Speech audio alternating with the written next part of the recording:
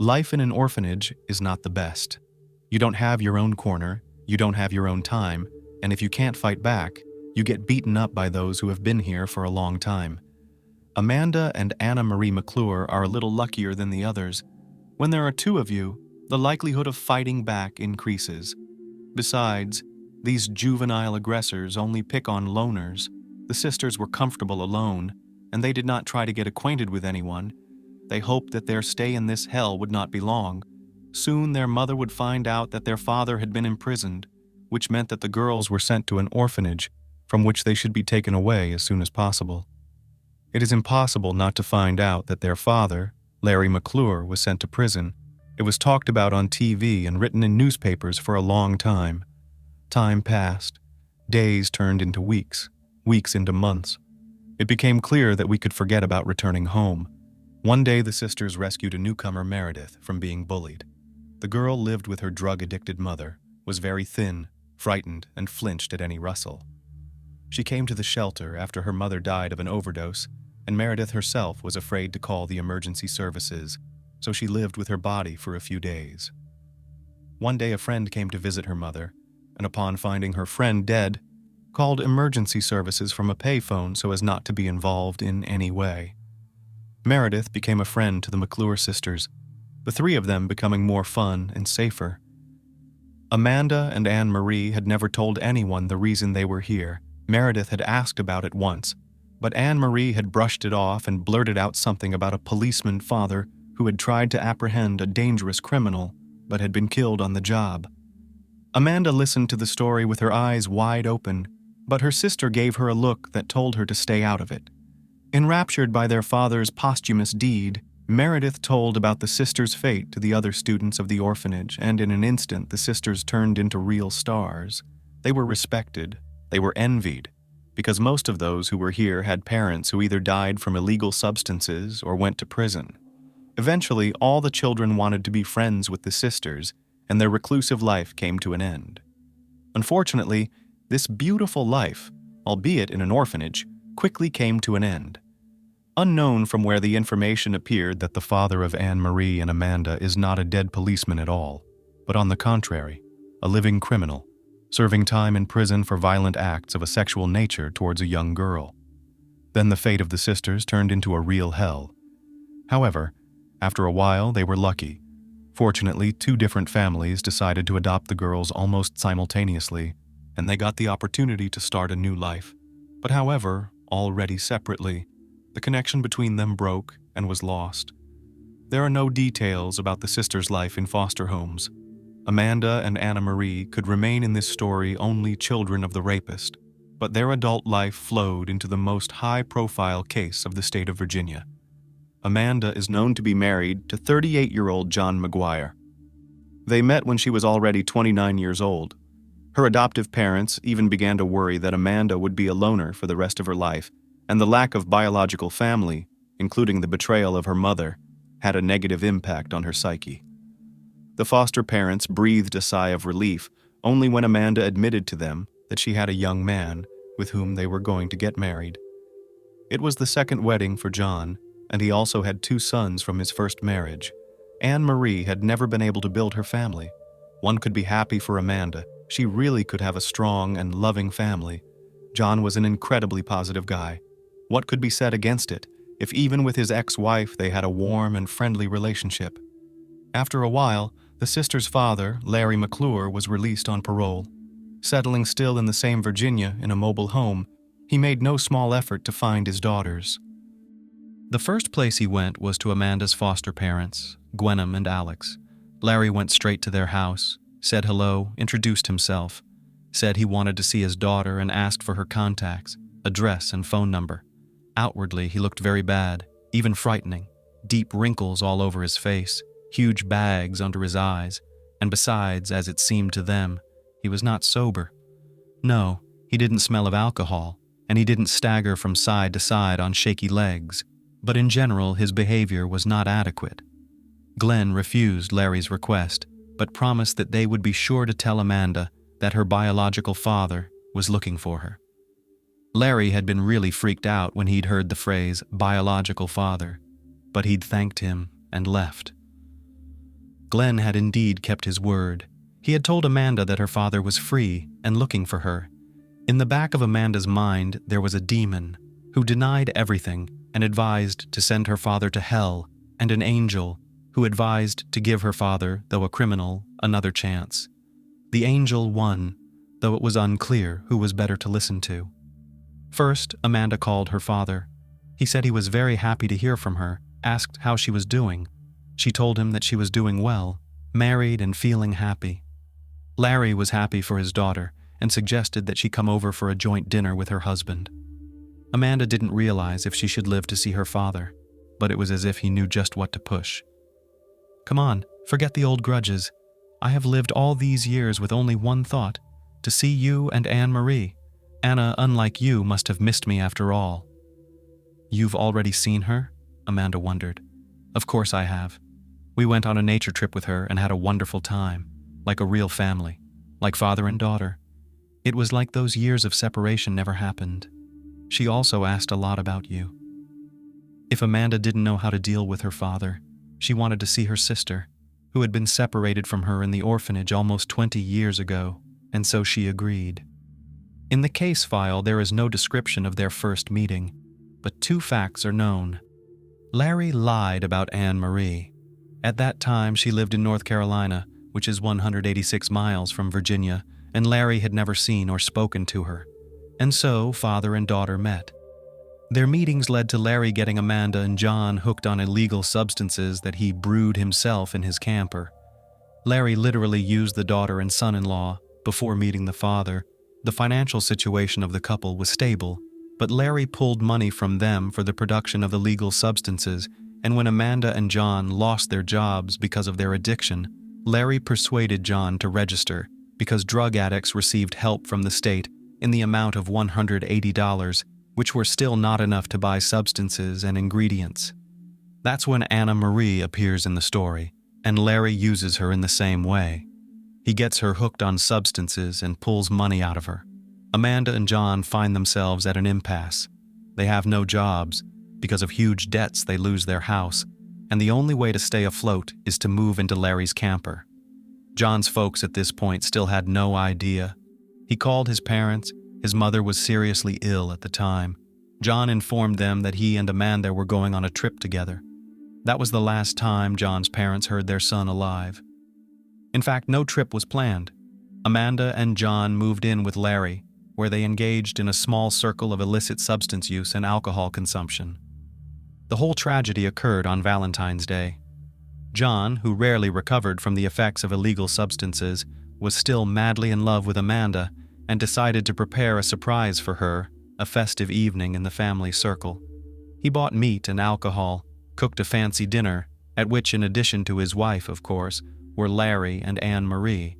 Under the prolonged influence of the drugs, a terrible madness occurred in the family. Amanda and Larry became much closer than father and daughter.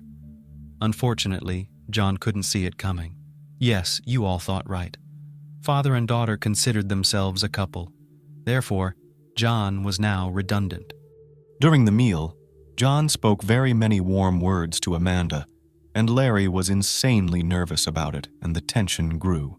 Eventually, Larry interrupted his son-in-law's speech and asked him if he could be completely honest with his wife. The man replied in agreement. Then Larry proposed a game. John's legs were tied, and he was asked to answer honestly all the questions that related to his past life. Yes, at first, the questions were really harmless. Childhood, school, university, and all that. But at some point, Larry, under the influence of drugs, began to accuse John that he was an undercover FBI agent, and when John denied it, they started beating him up. It ended when John, begging for mercy and covering himself with his children, tried to untie his legs and had a bottle of wine smashed over his head. Yes, it was the same wine he'd bought for the family dinner. Larry, Amanda, and Anne-Marie tortured John for 2 days and used illegal substances in parallel.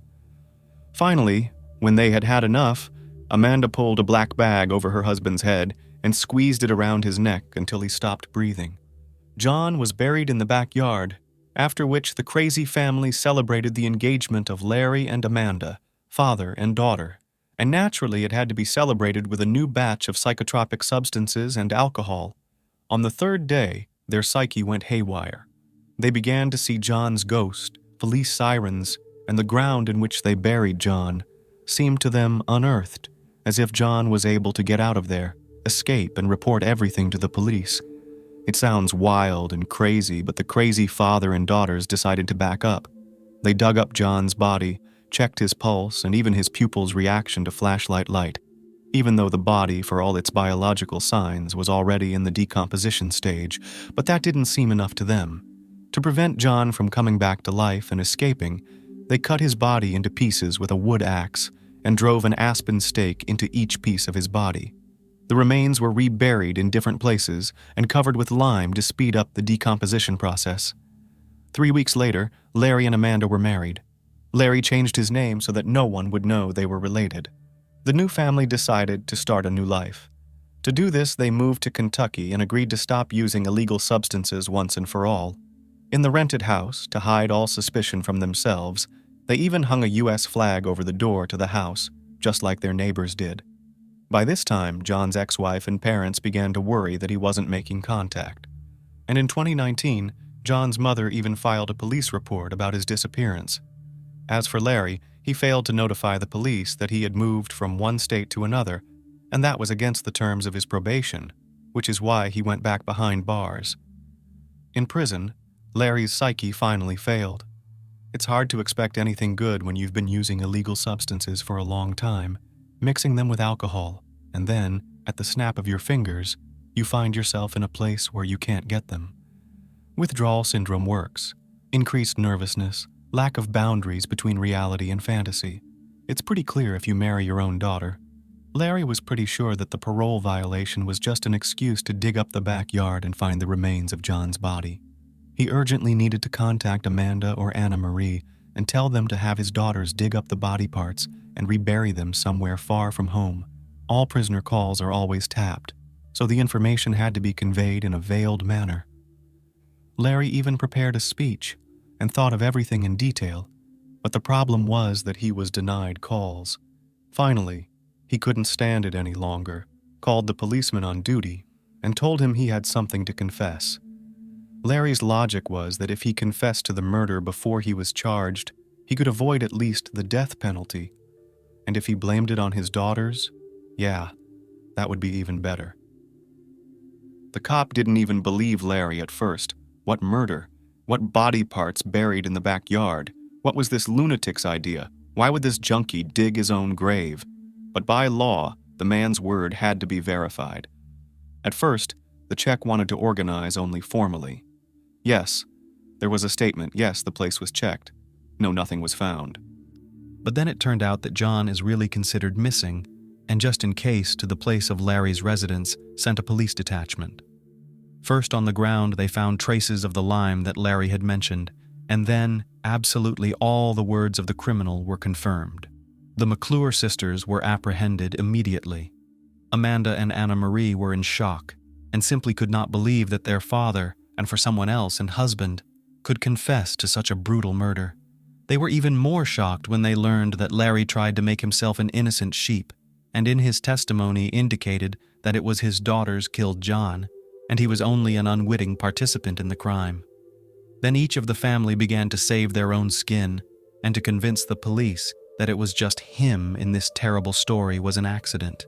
It was especially hard for John's relatives in this situation. Since his body, in fact, there was no body and there were only remains. These remains had to be taken from the criminalists, transported to his parents and buried in a closed coffin. It has been mentioned many times that John was a very nice guy, so despite all the difficulties, his parents were able to bury him. Some of his friends helped with money, some with transportation, some with funeral arrangements. John was buried in a Lutheran church on October 25, 2019. On February 15th, the day after Valentine's Day, someone in the McClure family posted a Facebook post on John's behalf that he was leaving on a trip where he would not be able to be in touch for a long time and asked his friends not to worry about his long absence. This indicated that the crazy family knew that they were going to kill the poor guy soon, so they misled everyone so that the family wouldn't start sounding the alarm. Despite such a brutal crime, for the duration of the trial, Larry and Amanda had 6 months added to their sentence for the marriage of a daughter and father. As such, marriages are criminalized in the state. The trial began.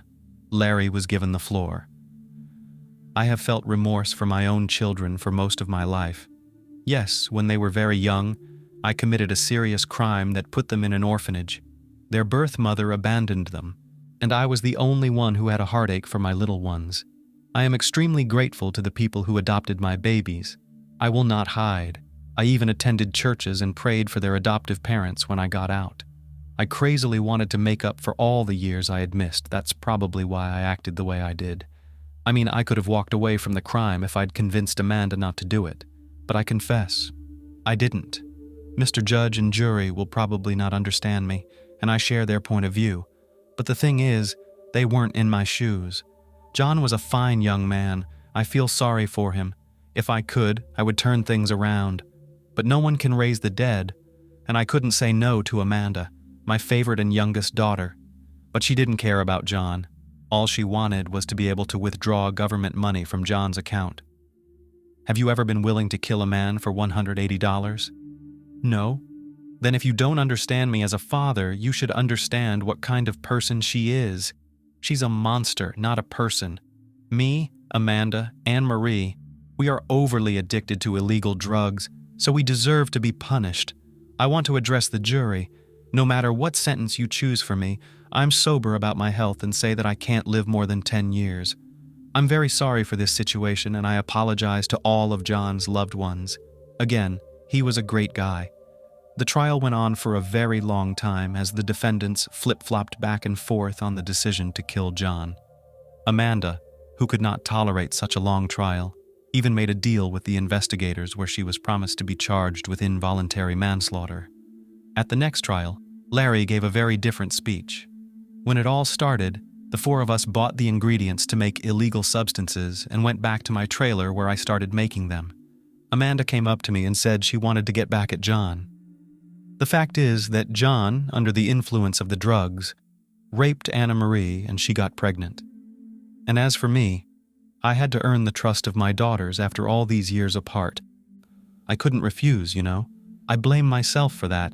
I think every day that I should hang myself. But why should it be me? If this crime is their fault. After Larry's speech, John's family got the floor. His mother sobbed non-stop, so much so that she couldn't say a word. Even if I can ever forgive the McClure family, I will never be able to forget what happened. Also, know that I wish I could live to see the day when one of them dies before me. Then John's children were given the floor, who literally cursed the killers and said they would never forgive them. The judge handed down the final verdict, which sentenced Larry McClure to life in prison without parole. When the punishment for Amanda was announced, her adoptive parents were very sorry that they did confess to their daughter that she was wanted by her father. They had brought her up with freedom of choice all her life, but they did not know that this freedom could have such an impact on her future fate. Amanda, in turn, during the announcement of the verdict, said that all this is the fault of her father, who could not survive the feeling of jealousy. Amanda's poor parents asked the judge to consider that if it were not for the negative influence of her father, their adopted daughter would never have gone to such a brutal crime. However, prosecutors viewed the murder as a conspiracy so that Amanda and Larry could be together as a couple.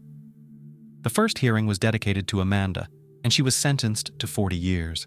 But the judge noted that she would probably be behind bars for only 20 years.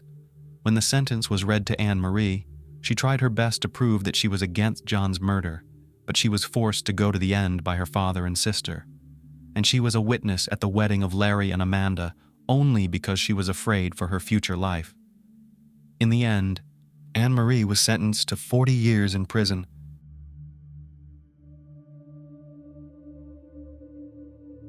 Envy and insatiable greed, potent and dark emotions, often lead individuals down the path of crime. When mixed with unbridled lust and an obsessive need to control others, these feelings can shape a horrifying, lethal intent. It's a chilling concept, and it becomes even more sinister when these emotions fester secretly within a family unit. This narrative unfolds in a Sydney suburb, revolving around the Lynn family, a seemingly harmonious and large household, their story escalated into one of the most infamous and bloody crimes in Australian history. The complexity and duration of the investigation are noteworthy as the perpetrator grew confident in escaping justice. His meticulously crafted and brutally executed plan was nearly flawless. However, a minor overlooked detail eventually led the police to the breakthrough they needed. Let's delve into the beginning of this saga, exploring how a cocktail of greed, envy for others' success, and corrupt passion can drive someone to madness, transforming them into a monstrous figure who didn't even spare children in their rampage. The Lynn family story, a portrait of love, ambition, and tragic end, Min Lynn and Yun Lily. Lynn's love story began in the late 1980s during their college years at an Australian university. Both natives of China, they had separately emigrated to pursue higher education, Lily through an exchange program, and Min, who was 2 years her senior, remained in the country for a professional internship after completing his bachelor's degree. Their paths crossed in a university corridor, leading to what they later recalled as love at first sight. Sharing common roots and dreams, both felt like outsiders in a foreign land, but were united by their aspirations to start a new life in Australia. After graduation, the couple married and settled in the picturesque and tranquil suburb of North Epping in Sydney. Their love blossomed into a large, tight-knit family, deeply connected and committed to each other. In August 1994, they welcomed their first child, a daughter named June Brenda Lynn, who mostly went by her middle name, Brenda. Henry, their son, was born in 1997, followed by the youngest, Terry, in 2000. Entering the 2000s, Min and Yun decided to embark on a business venture, opening a small newsstand. Their dedication transformed this modest start into a thriving news agency with its publishing arm on Rose Street. The Lynn family's business flourished, enabling them to enjoy a comfortable lifestyle with a spacious home, a luxury car, and prestigious private schooling for their children. Min focused on business affairs while Yun dedicated herself to homemaking and nurturing their children. In their community, the Lynns were well regarded for their hard work, kindness, and philanthropy. They were known as exemplary, caring parents and never engaged in conflicts. Brenda, their eldest, was a standout beauty and an excellent student with a compassionate heart for animals. The boys, Henry and Terry, were energetic and sports-loving, sharing a passion for soccer. The siblings shared a close bond, almost inseparable from each other. Relocating relatives from China to Australia. As the Lynn family settled in Australia and their financial prosperity grew, they began inviting relatives from China to visit, live, or even stay permanently. In the early 2000s, Min's parents were the first to move to North Epping, living nearby and helping with the children. Min's father also worked in their newsstand on weekends. A few years later, Yun's parents also moved to Sydney suburb, with Min and Yun buying them a small house. Yun's sister, Irene, came to live with the Lynns, assisting with household chores and the children. By this time, the Lynn family business was generating substantial income, reportedly nearing $1 million annually. Their venture wasn't just a shop or publishing house. It had become a local hub where people gathered to read and discuss news over coffee. Towards the end of 2007, Min Lynn's younger sister, Kathy Lynn, née Shi, and her husband, Liang Bin Robert Z, also moved to Australia, seeking better opportunities in the bustling city of Sydney. They had visited relatives in Australia before and briefly lived in Melbourne, but returned to China. This time, they were determined to settle in Australia permanently. Robert, a former successful ENT doctor in China, decided to switch careers and try entrepreneurship. The Eggsys opened their own restaurant in Sydney, investing all their savings, but the business struggled and soon closed. Subsequent attempts to open a cafe or snack bar also failed. Robert, lacking business acumen and financial management skills, struggled in his new ventures. Eventually, Robert and Kathy moved to North Epping, closer to family. Kathy found work, but Robert remained in a phase of self-discovery, unsure of his future path. The Lynn and Z families were bound not only by kinship, but also by strong friendship. They saw each other almost daily, stayed in constant touch, and often gathered for family meals. Their last such gathering was on the evening of Friday, July 17th, 2009, at the home of Kathy and Min's parents. Unbeknownst to them, this would be their final reunion. The Lynn family home, a scene of a gruesome massacre. On the morning of July 18th, the Lynn family's shop remained unexpectedly closed, surprising their regular customers. The shop, which had operated 7 days a week for years, showed no signs of opening, with no notice or warning on the doors. This unusual occurrence raised concerns among the customers and neighboring shop owners. One of them, after several unsuccessful attempts to reach Min, called his sister Kathy to inquire about the situation. Kathy was both surprised and alarmed, knowing her brother had never closed the shop for a day without prior arrangements, often having their father or father-in-law cover for him. She tried calling Min and then his wife Yoon, but to no avail. Her calls to their home phone also went unanswered.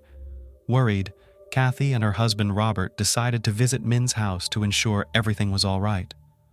Arriving around 9 a.m., they noticed the family car in the driveway and found the front door unlocked, but no sign of the homeowners. Inside, the house was eerily quiet, and calls for the family members went unanswered. The house appeared undisturbed with no signs of forced entry. Kathy, calling out for her brother again, ascended to the second floor. Upon opening the bedroom door of Min and Yun Lin, she screamed in shock and horror, staggering back at the gruesome scene before her. The room was drenched in blood, covering the floor, walls, ceiling, furniture, and curtains. The lifeless body of 43-year-old Yun Lin lay near the bed, mutilated beyond immediate recognition. In the adjacent room where 39-year-old Irene, Yun's sister, slept, the scene was equally ghastly. Irene lay dead in her bed, her face a bloody pulp. In the children's bedrooms, 12-year-old Henry and 9-year-old Terry had also been brutally beaten to death, their bodies lying in different corners of the room. Brenda, the 15-year-old daughter, had fortunately been away on a school trip the previous day and was not at home during the tragic night. The body of the household's head, Min Lin, was nowhere to be found, leading to a faint hope that he might be alive, possibly injured, taken hostage, or escaped. Kathy immediately called emergency services, but was so hysterical from the shock that she struggled to convey what had happened. She screamed and cried into the phone, begging for medics to arrive quickly and try to save anyone they could. However, the first responders could only confirm the deaths of all the victims at the scene of the massacre. The morning after, a chilling discovery. Following Kathy's frantic call to emergency services, Robert left to fetch the Lynn parents, who lived about 10 kilometers away from the crime scene. The police and paramedics arrived within minutes, and what they encountered was immediately dubbed as one of the most horrific crime scenes they had ever witnessed. Tragically, it was too late for any member of the Lynn family. Each had been killed by multiple blows to the head with a heavy, blunt object resembling a hammer. However, the lethal weapon was nowhere to be found, leading investigators to conclude that the perpetrator had taken it with them. Min Lin's body was eventually discovered in his own bedroom, covered with a blood-soaked blanket. Like his family, he had been beaten to death in a similar manner. It appeared that he was the first victim, followed by his wife, her sister, and lastly, the two boys. An initial inspection of the crime scene yielded no significant clues or leads. The absence of the lethal weapon, coupled with the fact that valuables and money were left untouched, indicated that the primary objective was the elimination of the Lynn family, rather than robbery. Initially, multiple assailants were suspected, as it seemed unlikely that one person could single-handedly overpower so many. However, evidence suggested that the children were awake and had desperately tried to escape during the attack, as indicated by bloodstains and splatters throughout the house. Interestingly, all adult victims, besides head injuries, also showed signs of strangulation, possibly to minimize resistance during the assault. Identical bloody shoe prints were found in each room, with a unique tread pattern, but the shoe brand couldn't be identified, only its size. No foreign fingerprints were discovered, suggesting that the killer or killers wore gloves. At first, there were no leads or theories about the identity of the perpetrator, as family, friends, and neighbors unanimously stated that the Lynns had no known enemies. The motive for such a brutal massacre of 5 people remained unclear. The time of the attack was established to be between midnight and 3 a.m. on July 18th. The heiress and her guardians, Brenda Lynn, the eldest and now the sole survivor of the extensive Lynn family, was on a school trip to New Caledonia at the time of the tragedy. She first learned of the horrific incident through social media and initially refused to believe that it involved her own family, hoping for some mistake. Her Aunt Kathy soon called her, confirming the dreadful news through tearful sobs. Brenda was quickly flown back to Sydney, where Kathy and Robert, her new guardians, met her at the airport. Brenda moved in with them as the Lynn family home was sealed as a crime scene. The next day, a grief-stricken Brenda was brought to the police station for questioning. However, she could offer no new information, insisting that her family had no enemies or ill-wishers and had noticed nothing unusual before her trip. Following her family's death, Brenda became the heir to a substantial fortune, including property and the family business. However, being a minor and still in school, her legal guardians, Aunt Kathy and her husband Robert, were responsible for managing the estate. Brenda's grandparents also offered their support, but Kathy and Robert insisted on being her primary caretakers. Robert even threatened legal action if the elderly relatives sought custody, arguing they were too old to care for a teenager. Eventually, the matter was settled amicably, and Brenda remained with her aunt and uncle. The Lynn's shop and publishing business, which had been temporarily closed, soon reopened under the management of the Z's, as Brenda was yet to take over the business operations. Robert also began actively reviewing the family's bank accounts, savings, real estate, and other assets. Investigation and theories experts repeatedly scrutinized the crime scene, meticulously documenting every detail. Despite their efforts, no concrete leads emerged. They deduced that the killer likely acted alone and entered the house quietly, suggesting either an unlocked door or the perpetrator having a key. The killer wore size 9.5 shoes with a distinct, ornate tread pattern. The lethal weapon, believed to be a hammer, was never found in or around the house. The killer's use of gloves meant no fingerprints were left behind, and no foreign DNA was found, only traces from the 5 victims. A peculiar and significant detail was that bloodstains were found on the doorknobs of each bedroom where the perpetrators occurred, indicating the killer's bloodied gloves touched them. However, there were no bloodstains on the doorknob of Brenda's room, suggesting the killer knew she was not there. As one of Australia's most high-profile cases, the tragic incident was widely covered in the media. With no substantial evidence or suspects, various improbable theories emerged. Rumors circulated about the Lynns' alleged vast fortune, leading to their demise. There were theories of a robbery gone wrong, and even involvement of local Chinese mafia clans. Such theories weren't entirely dismissed, given the area's history with a burglary gang. The Lynn shop had been attacked months before the tragedy, and men had witnessed an armored car robbery a week before the fatal incidents. Although the criminals wore masks and men couldn't identify them, it was speculated he might have been eliminated as a potential witness. Months passed with the investigation at a standstill. None of the theories were substantiated, and no suspects emerged. The robbery theory was eventually ruled out as money and valuables were untouched, and the killer seemed to have a singular purpose: to eliminate the household members.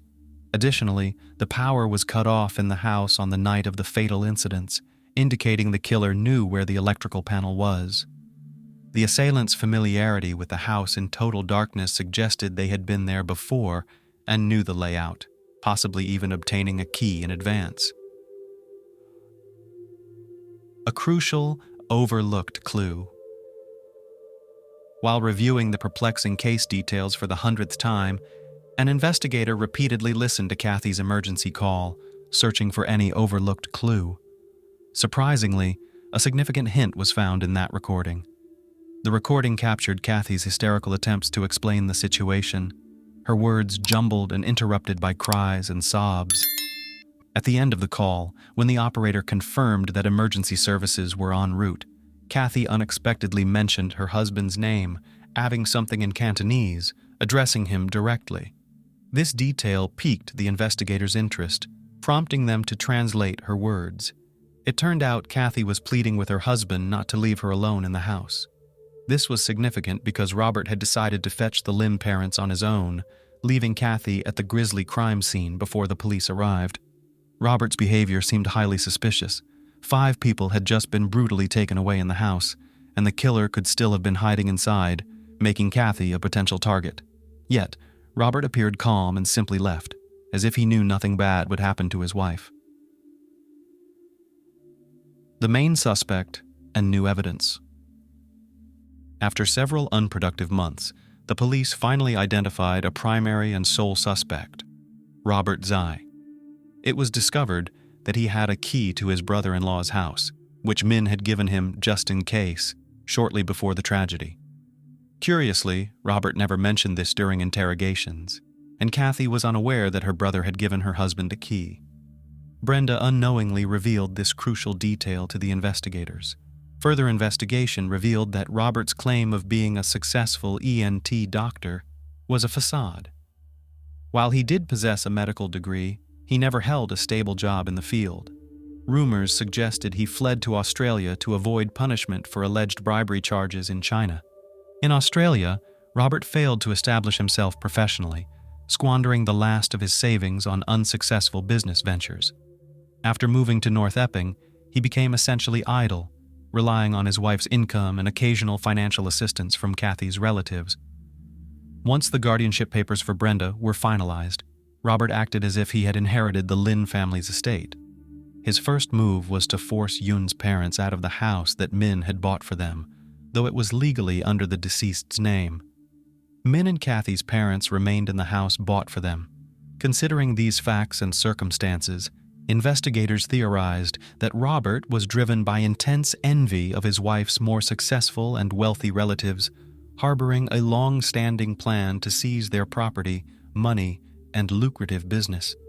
Despite living under the same roof as the perpetrator of the crime against her family, Brenda and Kathy weren't considered in immediate danger. Brenda was oblivious to the true nature of her cohabitant, while Kathy was needed by Robert to maintain control over the family's assets. However, the police couldn't arrest Robert yet due to lack of concrete evidence against him. Interrogation, surveillance, and arrest. The investigation team obtained permission to install several hidden cameras in the Z household, hoping to gather the evidence needed to prove Robert's guilt. The breakthrough came sooner than expected, starting with an unsuspecting revelation by Kathy during an interrogation. Kathy mentioned her husband's preference for a particular brand of shoes. A few years back, Robert had purchased 2 pairs of sneakers from a limited edition series that he particularly liked. He had worn out and discarded one pair, but the other was still carefully stored in its box at their home. Notably, Robert wore size 9.5 shoes, the same size as the killer's. The key evidence came when Robert was captured on one of the hidden cameras, meticulously destroying the box of the aforementioned shoes. This footage led to a warrant to search the suspect's home, where a new pair of size 9.5 sneakers was found. The tread pattern on these shoes matched the prints found at the crime scene. Additionally, a small smeared trace resembling blood was discovered in his garage. Forensic analysis confirmed that it was indeed a bloodstain containing the DNA of all 5 Lynn family victims, literally linking it to the crime scene. This evidence led to Robert's arrest, finally providing the concrete proof the police needed to take action. Arrest, trial, and shocking revelations. In May 2011, 2 years after the tragic incidents, evidence led to Robert Z's arrest. He vehemently denied any involvement, claiming the blood found in his garage appeared after their return from the Lynn house. He also dismissed the significance of the sneakers with matching tread patterns found in his possession, asserting they were brand new and that he had immediately disposed of the old pair. While awaiting trial in prison for 3 years, Robert unknowingly shared cells with several informants. In one such conversation, he confessed to meticulously planning the crime and carefully covering his tracks. He mentioned buying the lethal weapon in a remote store without surveillance cameras and drugging his wife with sedatives in tea to prevent her from waking up and noticing his absence. He disposed of the hammer, sneakers, gloves, and clothing in a manner that ensured they would never be found. At the trial, Robert denied everything, and the only evidence against him were the statements from his cellmates and the previously mentioned indirect evidence. As a result, the jury couldn't reach a unanimous verdict, and Robert was released on bail in December 2015. The trial resumed in June 2016 with testimony from another informant, who claimed Robert confessed to an obsession with Brenda since she was 13. This led to a re-examination of Brenda, who tearfully admitted that Robert had coerced her into a sexual relationship shortly after she started living with them. Fearing retaliation, she had remained silent about the abuse for years. With these revelations and considering other evidence, Robert Z. was found guilty on all charges. He received 5 life sentences, 1 for each fatal crime, without the possibility of parole. All his subsequent appeals were rejected. After Victor Alexander Puterol committed the heinous crime, he carelessly went to the home of his girlfriend's father, Raina, ostensibly to retrieve forgotten children's clothes. There he took a tablet belonging to one of the victimized girls and pawned it at a nearby pawn shop, receiving about 500 pesos. The next day, he spent the equivalent of US $10 while vacationing on the beach with his best friend, Crystal. During the outing, he confessed that he had done something bad to his lover, but without any specific details. Crystal later said that by Victor's tone, words, and expressions, she guessed the seriousness of what had happened. She even allegedly tried to visit the house, intending to see if Raina and her children were all right. However, Victor refused the visit, citing the disorder and difficult emotional atmosphere in the family. That was enough for the girl to decide that she had done the best she could in the situation. Crystal did not go to the police. Concerned neighbors contacted the police later when the smell of decomposition emanating from Raina and Victor's home became so strong that it could no longer be ignored or explained by rotting garbage or dead animals on the property. The pungent, nauseating odor was undoubtedly coming from the recently moved couple's home, where flies were congregating at the windows. Since Raina and Victor had only recently moved into the house and had not yet made friends with the neighbors, no one had their phone numbers or any other means of contacting the couple. Moreover, no one had seen Raina, Victor, or the children for several days. Due to the inability to contact the homeowners and the frightening smell, concerned neighbors called emergency services. A few hours after the call, law enforcement officers picked the door lock and entered the home. Inside, they were greeted by a truly horrifying sight: the 4 lifeless bodies of Raina and her children. Raina's daughters were found in a room next to their mother, and the son was found hanging from a rung in a closet. It's unclear how the press was immediately on the scene, but no sooner had the detectives established the identity of the man who lived with Raina and fined him, as a report with shocking details of the death of the family went live on one of the major metropolitan TV channels. So Victor Alexander Puterol, while at work in his workshop, learned that the police had broken into his house and found the bodies of 4 victims. Realizing that he would soon be detained, he sent a message to the owner of the workshop. "I cut short the life of the love of my life. She loved me with all her soul, and I loved her too, a perfect love with no arguments." It's a very sad story. In messages to Miguel Ureña Marancini, he passed on the contacts of Raina's relatives, asking them to pass them on to the police. He explained that he only trusted Miguel, deeply regretted what had happened, and asked him to convey to the biker club his last wish. He would like to leave as a biker, with a large motorcycle escort at the funeral. The last message, after which Victor stopped replying to Miguel, read, "Now I don't believe anyone. Everyone wants to save me, but it's not going to happen. I'm leaving this damned world. I don't care what happens. I'm leaving. See you later." Miguel Ureña contacted the police, told them everything, and added that his friend had reportedly taken his own life. Law enforcement officers tracked the location of Victor's cell phone and went to the scene. Victor Alexander Puterol did not do anything to himself. Moreover, he didn't even think about it. He didn't even feel remorse or guilt for what had happened. The man knew he would be caught, and in a sense planned his arrest to make it as safe for himself as possible. Gathering his backpack of essentials, he headed to a small park not far from the workshop. For a while, he sat pensively on the sidewalk next to the park. A passerby approached him and asked if he needed help. Shaking his head from side to side, he replied that he was fine, stood up, walked into the park, and lay down on the grass. In this position, Looking serenely at the sky and putting his hands behind his head, Victor lay there for almost an hour. Around 8 a.m., a national police van arrived. The man did not move or resist arrest. The arrest took less than 5 minutes. Reina Isabel Encarnacion was born in 1985 in the Dominican Republic. A few years after Reina was born, her parents decided to separate. Her father left the family, but continued to support his ex-wife and daughter. Later, Reina's mother met another man, and the girl had a stepfather, who essentially became another father to her. Reina developed a great bond with her mother's new husband and maintained a warm relationship with her biological father. Both men treated her with warmth and care. Reina grew up to be an inquisitive and active child. She loved learning and enjoyed going to school. Her father's house was nearby, and she often saw him.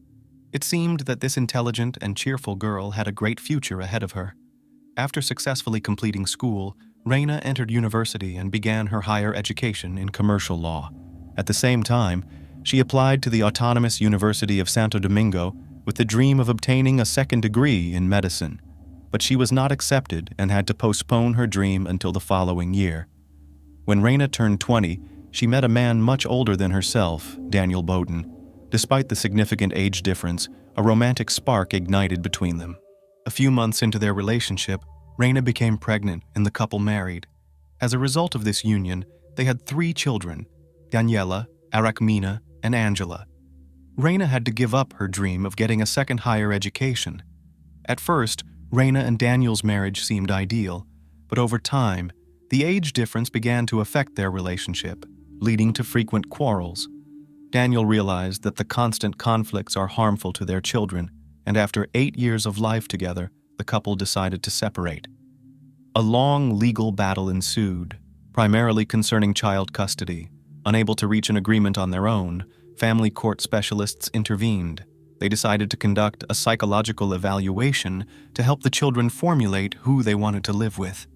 The experts concluded that the father should be the guardian, taking into account his age, financial situation, and the opinion of the older children. However, the judge making the final decision ignored the experts' recommendations and awarded custody of the older children to Reina. The youngest daughter, Angela, was to be raised in the custody of one of Daniel's sisters. Tragically, this decision deprived the children of not only a future, but a life.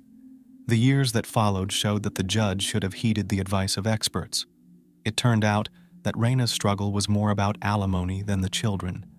After gaining custody of the older children, she immediately handed them over to her mother, believing it to be the best solution for everyone. She then initiated a new legal dispute over alimony payments. Reina claimed that her ex-husband had not paid her any of the court-ordered amount. Daniel countered that he had fulfilled all obligations, although he couldn't provide proof, claiming the payments were made in cash. The legal battle lasted several months and concluded in the mother's favor, with Daniel making another alimony payment. Significantly, during the second legal proceeding, Reina's own mother testified in defense of her former son-in-law, Daniel. She believed that Daniel was an excellent and responsible father who deserved better treatment. She emphasized that he and her daughter had shared 8 beautiful years together, with Daniel being a good, responsible husband and father. It's not to say that Reina neglected her children entirely. She visited them almost daily at their grandmother's place and regularly took them to her home on weekends. The rest of the time, she lived life to the fullest, making up for lost youth. At one of the parties, she met her new love, Victor Alexander Puturale. It's hard to imagine what attracted the young woman to Victor. He was 2 years younger than Reina. On one hand, Victor made a striking first impression. A mystically minded young man with long black hair and glowing white contact lenses, a biker and metalhead. On the other hand, he was a dirty, unkempt, introverted, and insecure guy. These peculiarities didn't deter the girl. Soon, the love-struck couple moved in together. Reina's mother accepted Victor. The young man won her over with his affability and numerous tales of the difficult life situations he had endured. He often and in detail spoke about his challenging childhood when his mother left him under the care of a strict and harsh father. Unfortunately, manipulating the maternal instinct did not alert the children's grandmother. On the contrary, It endeared her to the manipulator. Victor was born in 1987. He indeed spent his early years with his father. It is unknown whether he was cruel to him. Victor learned to adapt to circumstances, even if they were uncomfortable for him, and no one in his surroundings saw anything odd about him, except for his appearance. From childhood, Victor never got into conflicts. He excelled in school and graduated with honors. He couldn't attend university only because his parents couldn't afford it. Therefore, he started looking for work and soon got an internship in a motorcycle repair shop. Since then, motorcycles became his passion. Over time, Victor acquired a Harley-Davidson motorcycle and joined the subculture of motorcycle enthusiasts and fans. A quiet, law-abiding citizen with no history of even a parking ticket, Victor nevertheless scared those around him, always in black clothes, with eye makeup, painted nails, and often white contact lenses. Very rarely did his control slip, revealing the lurking monster. After the incident, a neighbor recalled how he accidentally saw Victor Pouterieu when he caught a neighbor's chicken, slit its throat, and drank the hot blood directly from the bird's wound. Raina and Victor took the children on weekends and sometimes on weekdays. The grandparents were very happy to have a break from their 3 noisy and active grandchildren. They saw that their daughter's new partner was kind and attentive to the children. Raina never complained to her parents about Victor, and in general, they never seemed to quarrel, which pleased her parents very much. The only shadow over this idyllic scene was a disturbing piece of information they had accidentally learned. Victor had a 10-year-old daughter whose biological mother had obtained a restraining order forbidding Victor from approaching the girl. Raina's parents couldn't understand why the mother would do such a thing. Raina's stepfather even followed Victor around a few times, but found nothing unusual or incriminating. The young man did not drink alcohol, did not use illegal substances, and was either at home or at work repairing motorcycles. He was never rude to the children, even when left alone with them. In other words, despite suspicions, he seemed like a normal person. Raina's parents wrote off the restraining order as her birth mother's eccentricity and settled down. The tale ended when the aunt who had been caring for the youngest daughter, Angela, informed Raina that she could no longer care for the girl. Around the same time, Raina's mother began having health problems, and the grandchildren had to move from their grandmother's house to Raina and Victor's. Suddenly, all 5 of them found themselves in a small apartment. However, the circumstances were very favorable. Raina was offered a new job with a higher salary. The reunited family moved into a spacious rented house with several separate rooms. A happy family life began. A spacious house, loving partners, children with their mother. Isn't that a sign that everything was going well? Perhaps it was, but soon Raina lost her job and the family faced some financial difficulties. According to Victor's mother, she even had to provide financial assistance to the young couple, as there was not enough money even for food, not to mention rent. Meanwhile, Raina's mother never heard about the difficulties her daughter was facing. Raina only occasionally brought the children to her mother's house, asking her grandmother to feed them well, which her grandmother was happy to do. In addition to the financial problems, something strange and clearly unhealthy began to happen in the couple. Raina had never complained to anyone about anything, but their relationship was far from normal. Shortly before the terrible events, Victor appeared on the street with short-cropped hair. It turned out that the couple had had a serious fight the night before, and Raina had cut off his long black hair as revenge while he slept. Additionally, Victor admitted that Raina threatened to leave him with the kids if he didn't find a well-paying job within a month. On Saturday, February 3, 2018, Raina went to her mother's house to pick up the children, who had been staying with their grandmother since Thursday. Raina's mother did not notice anything unusual in her daughter's behavior. On the contrary, she was sociable and in a normal mood. They had time to chat over a cup of tea while the children packed their things. The next day, early Sunday morning, February 4th, the girl and her mother had a brief telephone conversation during which they discussed current affairs and agreed to call each other later. Raina never contacted again. After numerous attempts to call and many text messages sent to her daughter and grandchildren, the woman called Victor, but he didn't pick up either. So the silence and ignoring of calls stretched for several days. Finally, on Wednesday, February 7th, Victor answered. He assured that everything was in order and promised that Raina would call back soon and explain everything in detail. He asked her not to worry and to wait for the call. The daughter never called back. It became clear to the parents that something terrible had happened. A day later, they received a call from law enforcement officers, from whom Raina's parents learned the horrifying details of what had happened. After the arrest, Victor Alexander immediately began to testify. He did not hide anything and did not count on leniency. According to him, he really wanted to end his life, but then changed his mind, believing that he should pay for what he had done. Thanks to the detailed testimony, it was possible to almost completely restore the chronology of events. On the morning of Sunday, February 4th, the roommates had another big fight in their shared bedroom. Victor struck Raina several blows on her neck, chest, and stomach, as a result of which she died. He then left her body locked in the room and sent Daniela, Raina's oldest child, to the store, asking her to buy him a pack of cigarettes. While the girl was gone, Victor went to the children's room and strangled Raina's daughter with a necktie while she slept. When Daniela returned from the store, he did the same thing to her as he had done to her sister. He then moved the children's bodies to the bedroom he shared with Raina. At that time, young Aramin was playing quietly in the small courtyard behind the house. Victor approached the boy and explained that his older sister had gone to the store and was too late, so he would take him to his aunt's house and then go look for Daniela. Aramin obediently went with Victor to the house of his aunt, Johanna Mendoza Coelho. Leaving the boy behind, the man returned to the house, intending to hide the consequences of his actions. It seems that it was only when he returned to the house that he realized that it was impossible to hide the truth, and it would inevitably be revealed. A few hours later, he returned for the boy and informed his aunt that Daniela had been found and it was time to go home.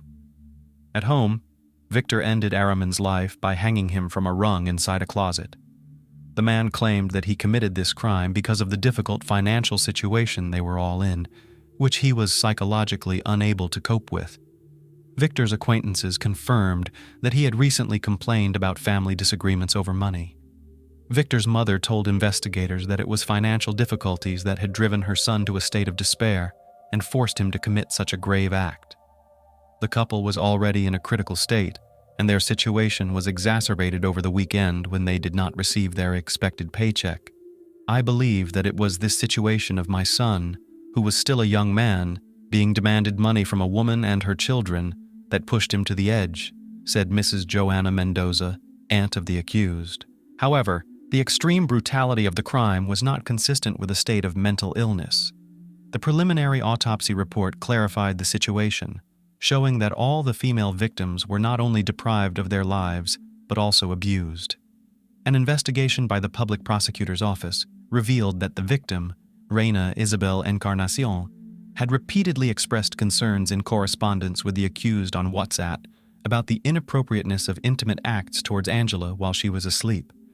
In one of the latest messages, the woman threatened her cohabitant that she would go to the police. Reina's mother told the police that the detained young man had always treated the three girls very well, but he had a special relationship with Angela. He carried her in his arms, often put her on his lap, hugged and kissed her. He even came up with a special nickname for her, Señorita. Investigators assumed that Victor had ended the lives of the family members not because of financial problems, but to cover up the wrongful acts committed against Angela. Forensic results confirmed that Reina, as well as the two girls, had been wrongfully abused. However, the experts could not determine whether the wrongful acts were committed before or after taking their lives, as the bodies were found at a late stage of decomposition. A psychiatric examination showed that Victor suffers from antisocial personality disorder, meaning he lacks both guilt and conscience.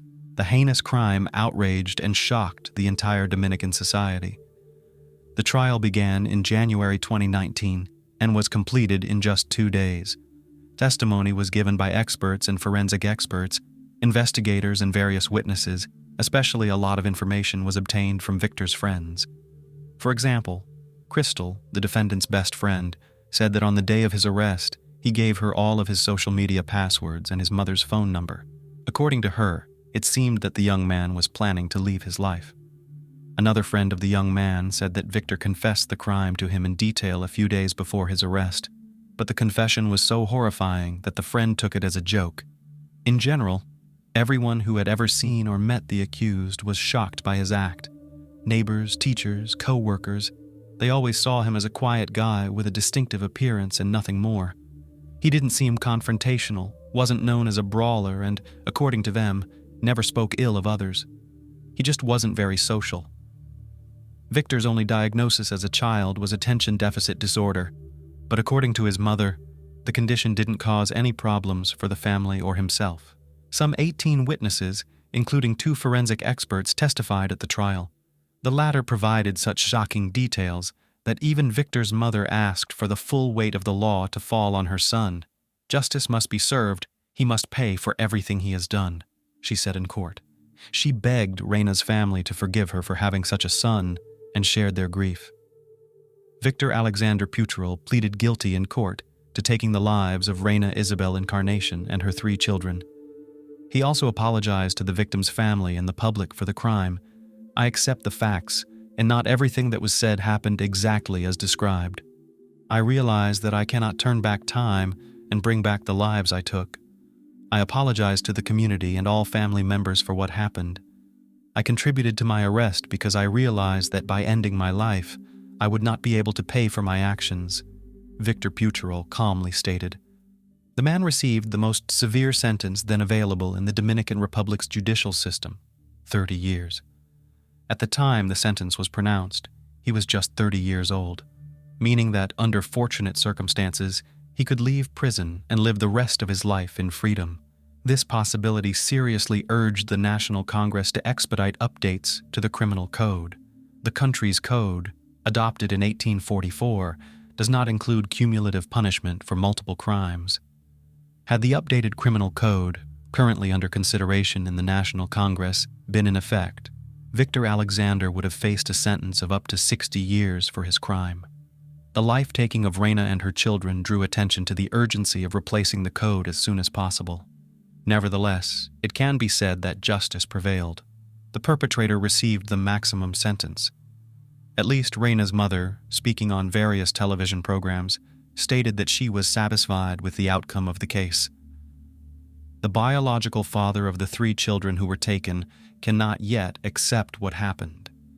He stated that the tragedy with his children would not have occurred if the judge had listened to the experts and granted him custody.